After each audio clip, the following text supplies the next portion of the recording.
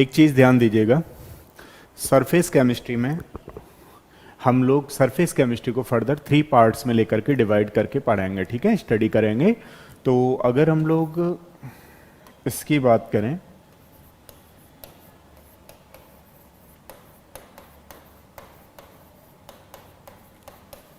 तो ये 3 पार्ट्स में डिवाइडेड है। Number 1 is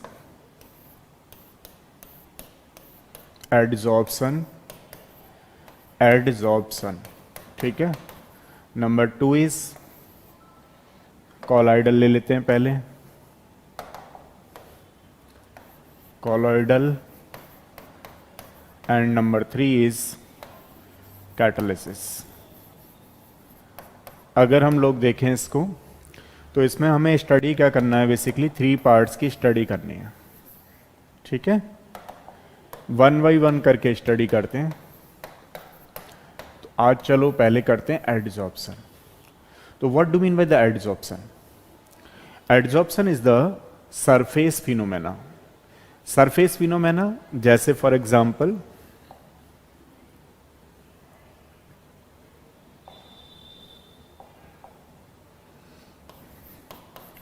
adsorption. एडजॉर्प्शन की अगर बात करें हम लोग तो जैसे देखिए, ये कोई हमारे पास सिलिका जेल है। अब सिलिका जेल के ऊपर मान लीजिए हमने वाटर मॉलिक्यूल्स, वाटर को ऊपर डाल दिया, यानी कि ये हमारे पास जेल है और जेल के ऊपर हमने क्या डाल दिया है, वाटर मॉलिक्यूल्स। अब वाटर मॉलिक्यूल की कंसंट्रेशन कम होने की वजह से, ठीक है ना, क्योंकि वाटर क्या है, डाइल्यूट है, और ये जो आपके पास सिलिका जेल है यानी जिसको आप हेयर जेल बोलते हो, तो इसकी कंसंट्रेशन ज़्यादा है और इसकी कंसंट्रेशन कम है। तो इसमें लो कंसंट्रेशन की वजह से जो वाटर के मॉलिक्यूल्स हैं, है ना, कैन नॉट एंटर, किस में, अंदर नहीं कर सकते, इस जेल के अंदर एंटर, ठीक है। तो हम अगर बात करें तो वाटर मॉलिक्यूल कहाँ रहते हैं, उसके सरफेस पे। जैसे मान लीजिए आपने हेयर जेल लगाया, हेयर जेल इसमें डाला, इसमें पानी डाला, तो वाटर मॉलिक्यूल कभी इधर चला जाएगा, कभी इधर चला जाएगा। रीजन क्या है, क्योंकि जो वाटर मॉलिक्यूल है वो उसकी कंसंट्रेशन कम है, लो कंसंट्रेशन है, जबकि जो सिलिका जेल है उसकी कंसंट्रेशन ज्यादा है। तो ये सरफेस पे ही रहेगा, इसको क्या बोलते हैं, सरफेस फिनोमेना। दूसरी चीज इसमें यह है कि जो वाटर है उसको हम लोग क्या बोलते हैं, एडजॉर्बेट, और ये जो अंदर है चीज इसको क्या बोल रहे हैं, बेसिकली एडजॉर्बेंट। ये ध्यान रखना है, ठीक है। एक चीज और ध्यान रखनी है आपको कि इस तरीके के एडजॉर्प्शन को हम लोग और क्या बोलने वाले हैं, liquid over solid. This type of adsorption is known as liquid over solid. समझ पा रहे हो आप लोग? मतलब इस पे क्या चीज है, लिक्विड है और अंदर क्या है, सॉलिड है। तो इस तरीके का जो सरफेस फिनोमेना है वो क्या बोलने वाले हैं, उसको हम लोग लिक्विड ओवर सॉलिड। और दूसरा एग्जांपल लेते हैं, मान लीजिए हमारे पास कोई प्लेटिनम या प्लेडियम मेटल है। प्लेडियम मेटल के ऊपर हमने क्या किया, हाइड्रोजन गैस को किया, है ना, मेटल हीटेड है, गर्म है, और इसके ऊपर हमने क्या कर दिया, हाइड्रोजन गैस डालना शुरू कर दी। अब देखिए, जब हाइड्रोजन गैस है इसके ऊपर और ये हमारे पास क्या है, मेटल, प्लेडियम मेटल है, तो ये हाइड्रोजन गैस के मॉलिक्यूल्स क्या होंगे कि जैसे मान लीजिए मेटल की सरफेस गर्म है, हॉट है, तो यहां पे जाएंगे और ये लिक्विफाई होगी गैस। जब लिक्विड इसका बनेगा तो इसमें हो क्या रहा है, इसमें हो ये रहा है कि ये सरफेस पे ही रह जाएगी। ऐसा नहीं है कि प्लेटिनम मेटल के अंदर एंट्री कर गई हाइड्रोजन गैस, अंदर तो जा ही नहीं सकती। क्यों? क्योंकि इसकी जो कंसंट्रेशन है वो कम है और इसकी कंसंट्रेशन ज्यादा है। तो इस तरीके का जो एडजॉर्प्शन होगा, ये सरफेस फिनोमेना है, और इस तरीके के एडजॉर्प्शन को हम लोग बोलेंगे gas over solid, gas over solid, ठीक है। अब यहां पे मैं आपसे पूछूं कि भाई हाइड्रोजन गैस को हम लोग क्या बोल रहे हैं, तो हाइड्रोजन गैस को बोलते हैं एडजॉर्बेंट, वेट, जबकि इसको मेटल को बोलेंगे एडजॉर्बेंट। बात समझ में आई? तो एक है हमारे पास एडजॉर्बेट और सेकंड वाला है एडजॉर्बेंट। इस बात का भी आपको ध्यान रखना है। और ये एक सरफेस फिनोमेना है। देन यू कैन से कि जो हमारे पास एडजॉर्प्शन है, adsorption is the surface phenomena.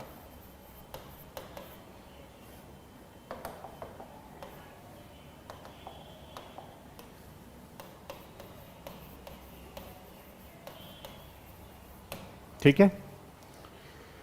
अब हमारे सिलेबस में क्या है, जैसे हमने अभी यहां पर 2 टाइप के एडजॉर्प्शन डिस्कस किए। नंबर 1 था लिक्विड ओवर सॉलिड और नंबर 2 था हमारे पास गैस ओवर सॉलिड।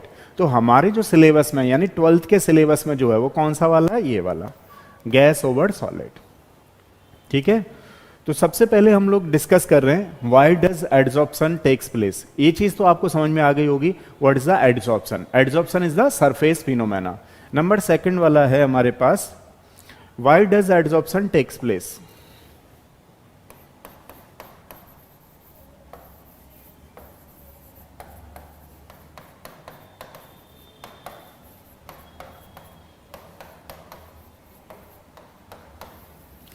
देखो एडजॉर्प्शन होने के लिए 2 रीजन है।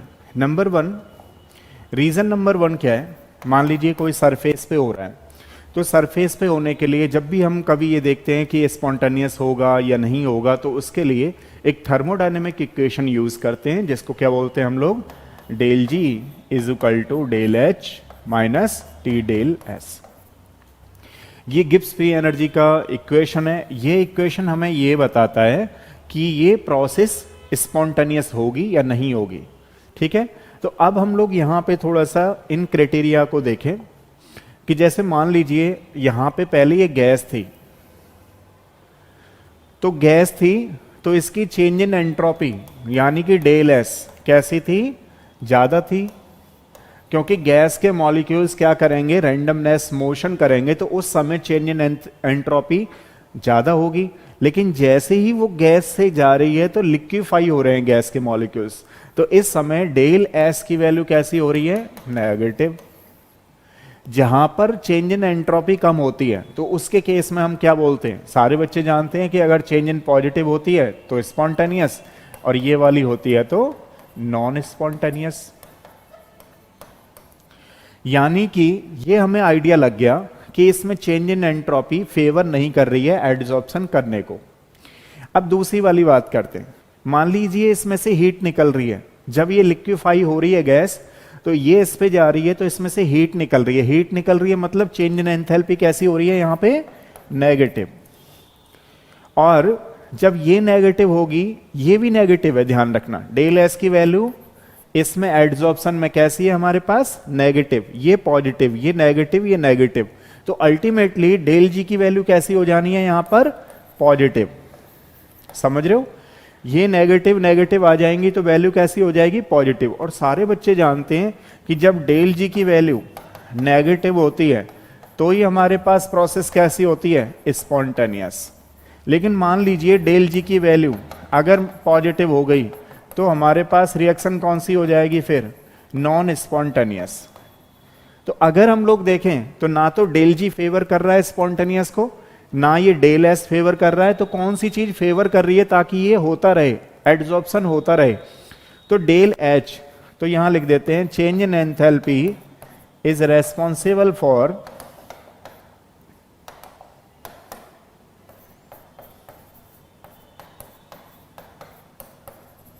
एडजॉर्प्शन।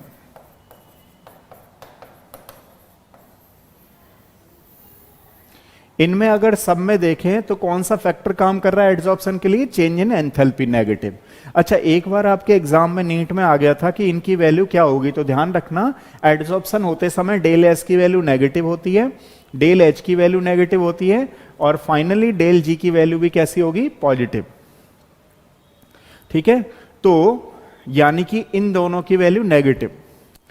अब नेगेटिव है तो यहां पे अगर हम जितना नेगेटिव करते जाएंगे उतना ज्यादा डेल जी की वैल्यू थोड़ा सा नेगेटिव होती जाएगी। इसका मतलब यह है कि अगर हम लोग देखें, ठीक है, तो इसमें इसकी वैल्यू नेगेटिव हो, ध्यान से सुनना, इसकी वैल्यू नेगेटिव हो तो इसके लिए इसको भी नेगेटिव होना है, और ये तो ऑलरेडी नेगेटिव है ही है, तो फाइनली डेल जी वैल्यू नेगेटिव होती रहेगी, मतलब एड्सॉर्प्शन होता रहेगा। तो उसके केस में हम लोग क्या करते हैं कि कौन सा वाला फैक्टर इसको रेस्पॉन्सिबल है, del H, change in enthalpy is responsible factor for the adsorption. क्योंकि मान लीजिए कहीं पर हीट रिलीज हो रही है, एक्सोथर्मिक प्रोसेस है, तो उसके लिए डेल एच की वैल्यू कैसी होती है, नेगेटिव। तो मतलब जितना हम कंसीडर कर रहे हैं वही चीज यहां पे आ रही है, इसका मतलब ये फेवर कर रही है उसे, ठीक है। अच्छा, एक और चीज देखिए, तो पहला फैक्टर क्या निकल के आया, why does adsorption takes place, तो यू कैन से कि इसकी वैल्यू नेगेटिव, इसकी वैल्यू नेगेटिव, जब इन दोनों की वैल्यू नेगेटिव तो डेल जी की वैल्यू नेगेटिव होगी, लेकिन फेवर कौन कर रहा है, डेल एच। दूसरा सेकंड वाला क्राइटेरिया क्या है हमारे पास कि देखो, जब जैसे मान लीजिए यहां पर ये सॉलिड सरफेस पे जा रहे हैं गैस के मॉलिक्यूल्स, तो जब सॉलिड सरफेस पे जा रहे हैं तो ये फोर्स लगा रहे हैं एक ऊपर से, मतलब डाउनवर्ड फोर्स लगा रहे हैं नीचे की तरफ। अब ये जो मेटल है, मेटल की सरफेस से भी ये अपवर्ड फोर्स लग रहा है। तो क्या होता है कि जब फोर्स अपोजिट डायरेक्शन में, इक्वल एंड अपोजिट डायरेक्शन में लगता है तो उसको बोलते हैं नेट रेजिडुअल फोर्सेस। मतलब ऊपर से ये मॉलिक्यूल्स कोशिश तो कर ही रहे हैं नीचे जाने के लिए, जा नहीं पा रहे हैं वो अलग वाली बात है। तो ऊपर से ये फोर्स कर रहे हैं और नीचे जो चीज है वो ऊपर की तरफ फोर्स कर रही है, मतलब अपवर्ड डायरेक्शन और डाउनवर्ड डायरेक्शन दोनों इक्वल एंड अपोजिट फोर्सेस लग रहे हैं। इसको बोलते हैं हम लोग क्या, नेट रेजिडुअल फोर्सेस। तो देखो, ये जब ट्राई कर रहा है अंदर जाने की तो ये नहीं जा पा रहा है, ये बाहर की तरफ कोशिश कर रहा है, तो यहां पे जो नेट रेजिडुअल फोर्सेस हैं वो जीरो हो जाते हैं, इसी की वजह से वो सरफेस पे प्रेजेंट रहता है। तो इसका दूसरा आंसर है net residual forces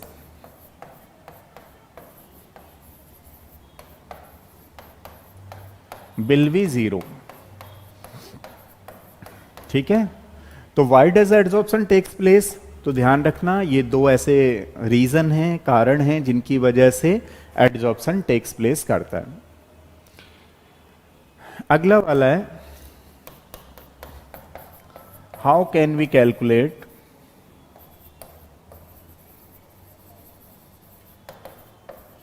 amount of adsorption. तो एड्सॉर्प्शन को कैलकुलेट करने के लिए यहां पे क्या होता है हमारे पास, ये जैसे मान लीजिए एड्सॉर्बेट है x और ये y, तो हम लोग इसको ऐसे करते हैं, amount of adsorption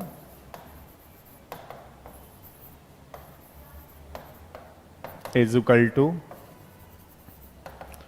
amount of adsorbate, जिसको हम x बोल रहे थे, डिवाइडेड बाई एड्सॉर्प्शन।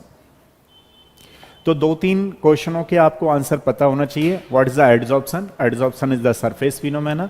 दूसरा क्वेश्चन है how can we calculate the amount of adsorption, तो amount of adsorption can be calculated by using this formula. Next, why does adsorption takes place, adsorption के दो रीजन है, number one change in enthalpy इसमें negative होती है, दूसरा वाला क्या रीजन है, नेट रेजिडुअल फोर्सेस इसमें क्या होते हैं, जीरो होते हैं, ठीक है। अच्छा, नेक्स्ट देखिए, अगर हम लोग बात करें एड्सॉर्प्शन की, अगर हम लोग बात करें तो ये टू टाइप के होते हैं basically, types of adsorption. Adsorption हमारे पास टू टाइप के होते हैं, जिसको हम लोग क्या बोलते हैं, physical adsorption and chemical adsorption.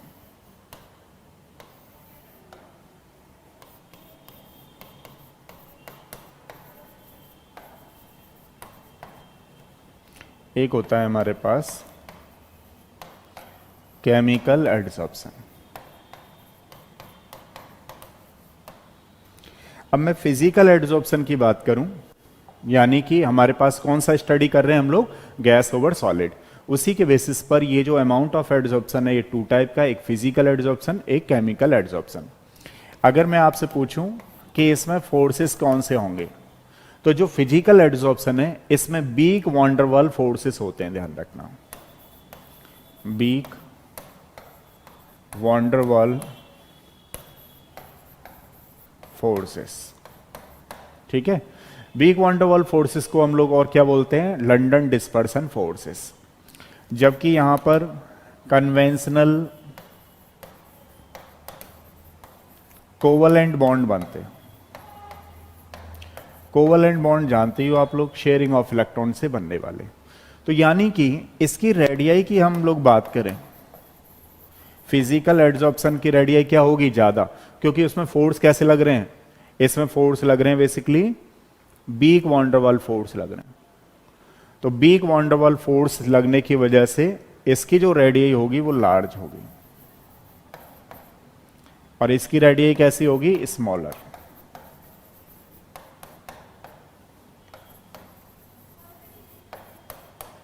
तो एक की रेडियाई यहां पर वीक है और दूसरे वाली की रेडियाई क्या है, स्मॉलर।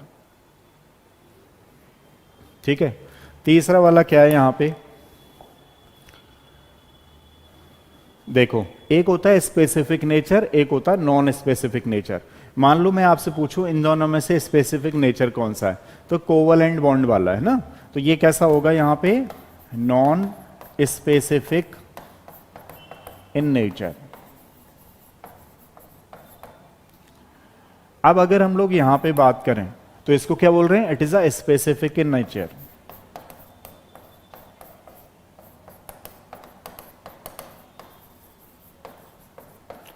अब जब हम लोग बात कर रहे हैं स्पेसिफिक इन नेचर, इसका मतलब क्या है कि जैसे मान लीजिए निकल है, ये केमिकल बॉन्ड बनाता है कार्बन मोनोऑक्साइड के साथ, जिसको मॉन्ड प्रोसेस बोलते हैं, बाकी के साथ स्टेबल तो और नहीं बनाता है। तो इसका मतलब क्या है, इसमें इलेक्ट्रॉन टेक पार्ट करते हैं, इसमें इलेक्ट्रॉन पार्टिसिपेट करते हैं, इसलिए ये स्पेसिफिक नेचर होता है। और इसमें इलेक्ट्रॉन टेक पार्ट नहीं करते हैं, इसकी वजह से ये नॉन स्पेसिफिक नेचर होता है। ये ध्यान रखना है।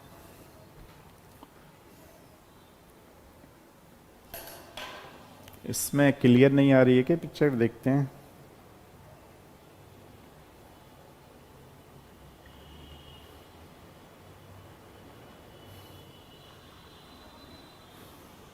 इसमें अभी क्लियर आ रही है, अच्छा अभी कम दिख रहा है, इसका मतलब ये है ना, चलो कुछ हो सकता है नेटवर्क इशू आ जाए, चलो देखो इसमें ध्यान से सुनो। तो ये नॉन स्पेसिफिक नेचर हो गया, वो स्पेसिफिक हो गया। अब अगर हम लोग एनर्जी सेपरेशन की बात करें दोनों में,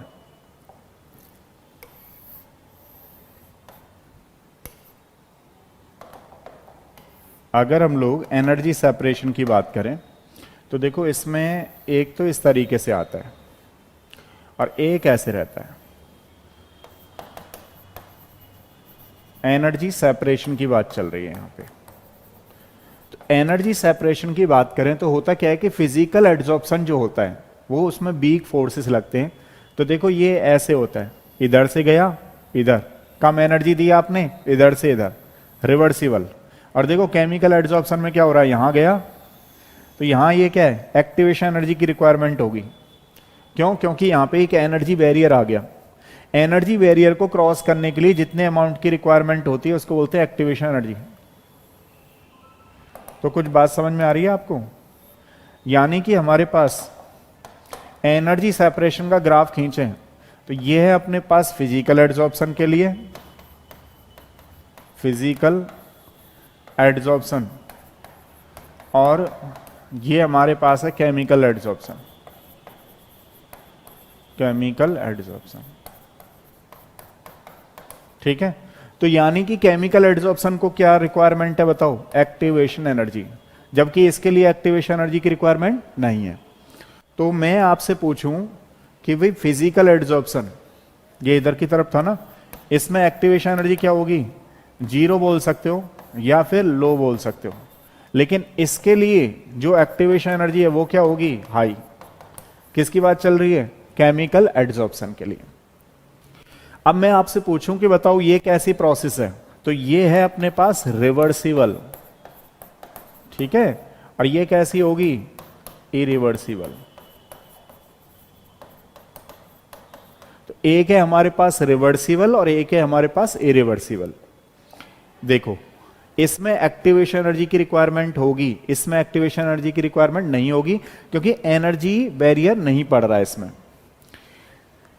अब इसमें जो एनर्जी होती है वो बहुत ही कम होती है। इसकी जो एनर्जी है फिजिकल वाले की, ये मान लो 20 to 40 किलो जूल पर मोल की रिक्वायरमेंट होती है, जबकि यहाँ पर जो एनर्जी है इसकी बहुत ज़्यादा एनर्जी रिक्वायरमेंट होगी।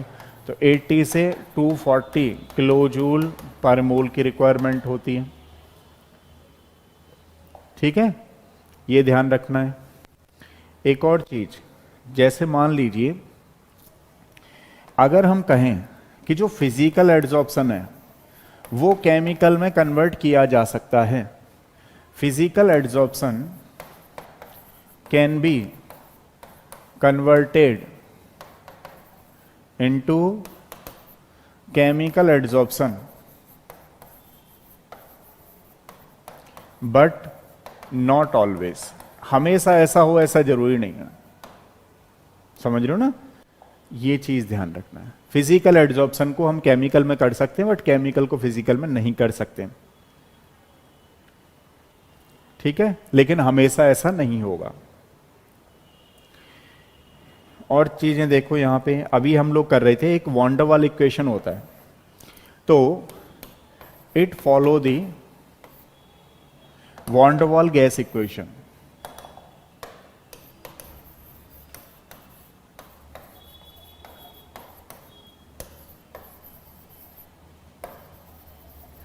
अब ये van der Waals gas equation क्या होता है, आपने पढ़ा होगा, कौन सा वाला था बताओ, P plus a n square upon b square b minus n b is equal to n R T. ये था हमारे पास van der Waals gas equation. इसमें देखो क्या था कि जो ये ए एंड बी हैं, ए एंड बी क्या थे यहां पे, van der Waals gas constant. A and B are van der Waals gas constant, ठीक है। ए और बी क्या है हमारे पास, अब ए क्या बताता है, ए बताता था फोर्स ऑफ अट्रैक्शन, और जबकि बी क्या बताता था, साइज ऑफ द गैस।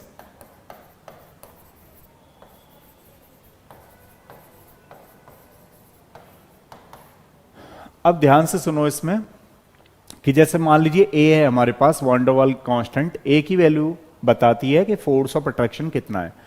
अगर मान लीजिए कोई पोलर गैस है, तो पोलर गैस के लिए जो एड्सॉर्प्शन होगा वो ज्यादा होगा। तो ए की वैल्यू जिसके लिए ज्यादा है, इसका मतलब उसका एड्सॉर्प्शन ज्यादा है, इसका भी ध्यान रखना। और एड्सॉर्प्शन ज्यादा किसका होगा, पोलर गैसों का। जैसे आपने देखा होगा पहले क्या होता था कि आग लग गई कहीं मान लीजिए, तो 5 ग्रेड के लोग आते थे, मास्क वही लगाते थे ज्यादातर, तो 2 ही लोग लगाते थे मास्क पहले, आजकल तो सारे लगाते हैं। पहले एक तो 5 ग्रेड के लोग लगाते थे, एक डॉक्टर लगाते थे। तो 5 ग्रेड के लोग जब मास्क लगाते थे तो उनके मास्क पे क्या होता था, चारकोल की लेयर होती थी।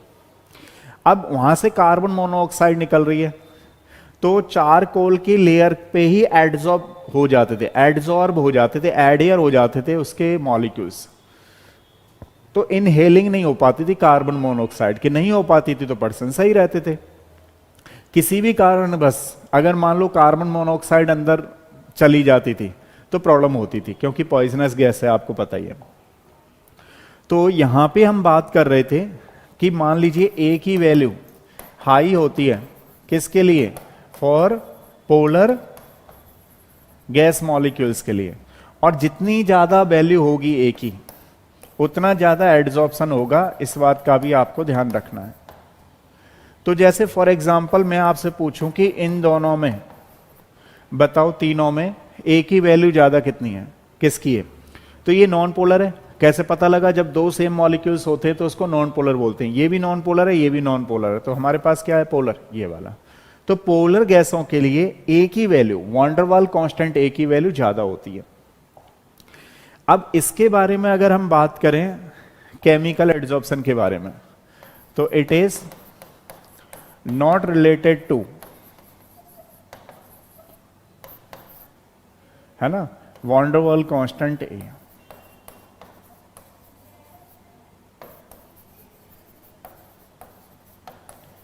ए से डिपेंड नहीं करता है, ये आपको ध्यान रखना है, ठीक है। इसमें इसकी वैल्यू डिपेंड करती है, उस पर डिपेंड नहीं करती है, not related to this one.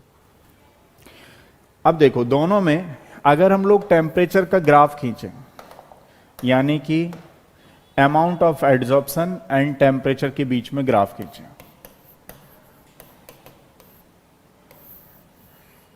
तो ये हमारा फिजिकल एड्जॉर्प्शन है, ये अमाउंट ऑफ एड्जॉर्प्शन है, और ये हमारे पास क्या है, टेम्परेचर है, ठीक है। तो टेम्परेचर के बीच में और अमाउंट ऑफ एड्जॉर्प्शन के बीच में ग्राफ खींच रहे हैं, तो यहां पे प्रेशर क्या है, कांस्टेंट, मतलब 1 atm है हर जगह, तो प्रेशर कांस्टेंट है, तो उसको क्या बोलेंगे, आइसोबारिक ग्राफ, आइसोबारिक, ठीक है। आइसो मतलब प्रेशर कांस्टेंट है यहां पे।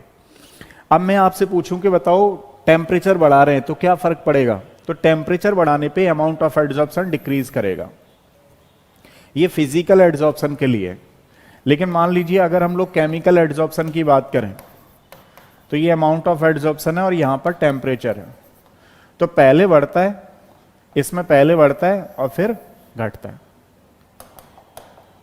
टेम्परेचर लगाने पे अमाउंट ऑफ एड्जॉर्प्शन क्या होता है, पहले बढ़ता है और फिर घटता है, ये ध्यान रखना है आपको। किसकी बात चल रही है, temperature and amount of adsorption के बीच में। इसको बोलते हैं हम लोग आइसोबारिक ग्राफ, क्योंकि यहां पे प्रेशर कैसा है, कांस्टेंट। देखो एक करते हैं आइसोथर्मल, आइसोथर्मिक या आइसोथर्मल। आइसोथर्मल का मतलब ये होता है कि मान लीजिए कहीं पर टेम्परेचर कांस्टेंट है और ग्राफ चल रहा है हमारे पास प्रेशर के बीच में और अमाउंट ऑफ एड्जॉर्प्शन के बीच में। तो अमाउंट ऑफ एड्जॉर्प्शन, अगर हम प्रेशर लगा रहे हैं तो फिजिकल एड्जॉर्प्शन और केमिकल एड्जॉर्प्शन दोनों बढ़ेंगे, लेकिन ये जो बढ़ता है ना वो मल्टी लेयर के हिसाब से बढ़ेगा, मल्टी लेयर। और इसकी अगर हम बात करें amount of adsorption and pressure की बात करें, तो ये मोनोलेयर के हिसाब से बढ़ता है। तो हम इन जो ग्राफ है, ग्राफ किस किस के बीच में चल रहा था, प्रेशर के बीच में, टेम्परेचर कांस्टेंट है, तो इसको बोल रहे हैं, इस ग्राफ का नाम है आइसोथर्मल, ठीक है। ये आपको ध्यान रखना है। तो इसमें बनती है मल्टी लेयर, इसमें बनती है monolayer.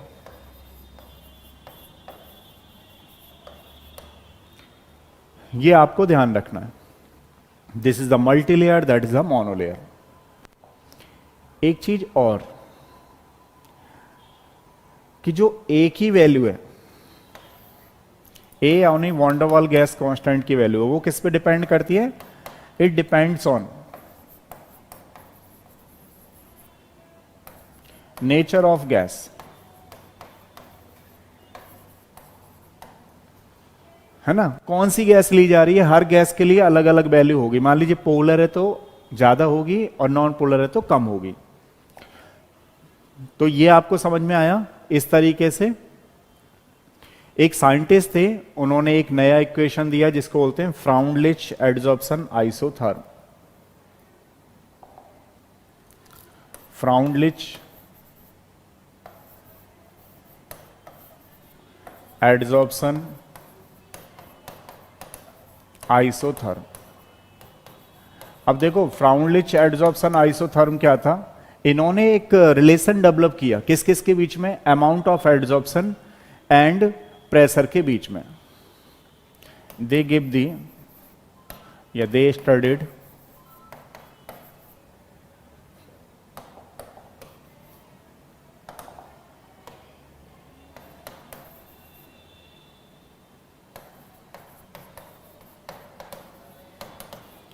in between amount of adsorption and pressure। तो इन्होंने एक इक्वेशन दिया, इक्वेशन क्या था हमारे पास, x y m directly proportional to p 1/n, ये इनका इक्वेशन था। अब इसमें होता क्या है, ये अमाउंट ऑफ एड्जॉर्प्शन है, ये प्रेशर है, तो जो ये 1/n की वैल्यू थी, इन्होंने बताया कि इसकी वैल्यू 0 से 1 के बीच में रहेगी, यानी कि 0 to 1। ठीक है, तो ये आपको ध्यान रखना है। इसको हम और कैसे लिख सकते हैं, x/m is equal to k into P 1/n। अगर दोनों तरफ लॉग ले लें तो क्या हो जाएगा बताओ, बोथ साइड लॉग लेने पे हो जाएगा log of xm is equal to log of k plus 1/n log of p। तो ये फ्राउनलिच एड्जॉर्प्शन आइसोथर्म का इक्वेशन है। अब मान लीजिए हम लोग इसका ग्राफ खींचें और स्लोप पता करें, तो देखो ये हमारे पास x है, y is equal to m c plus M X. तो ये x पे आ गया log ऑफ p, ये यहां आ गया log ऑफ xm, ये यहां से प्लस में जा रहा है तो ये बढ़ेगा, और इसकी वैल्यू कितनी आ गई हमारे पास, log ऑफ k, और स्लोप कितना आ रहा है हमारे पास, 1/n will be the slope. ठीक है, ये ध्यान रखना है आपको। तो ये फ्राउनलिच एड्जॉर्प्शन आइसोथर्म होता है। अब इक्वेशन पता लग गया, x/m is equal to k p 1/n। n 1/n की वैल्यू कितने से कितने तक बरी करेगी, इसकी वैल्यू बरी करती है 0 से 1 के बीच में। ठीक है, ये ध्यान रखना है। तो चलो देखो, आज हमारा एक पार्ट खत्म हो गया, इसको बोल रहे हैं हम लोग एड्जॉर्प्शन। पूरा टोटल कितने पार्ट में पढ़ना है इस चैप्टर को, हमें 3 पार्ट्स में पढ़ना है। कल हम लोग करेंगे कॉलॉइडल स्टेट। आप लोग इसको ढंग से एक बार पढ़िए और समझते रहिए, चीजें समझ में नहीं आए तो पूछिएगा। ये 3 पार्ट्स में डिवाइडेड है, एड्जॉर्प्शन, कॉलॉइडल एंड कैटालिसिस। तो आज हमारे पास फर्स्ट वाला पार्ट फिनिश हो गया है, जिसको बोल रहे हैं हम लोग एड्जॉर्प्शन। ठीक है, कल इसके आगे करेंगे। तब तक के लिए इसको पढ़ते रहिए, और कोई डाउट प्रॉब्लम आ रहा है तो आप इनबॉक्स में कमेंट करके बता सकते हो। ठीक है, नेक्स्ट मिलते हैं, तब तक के लिए थैंक यू सो मच।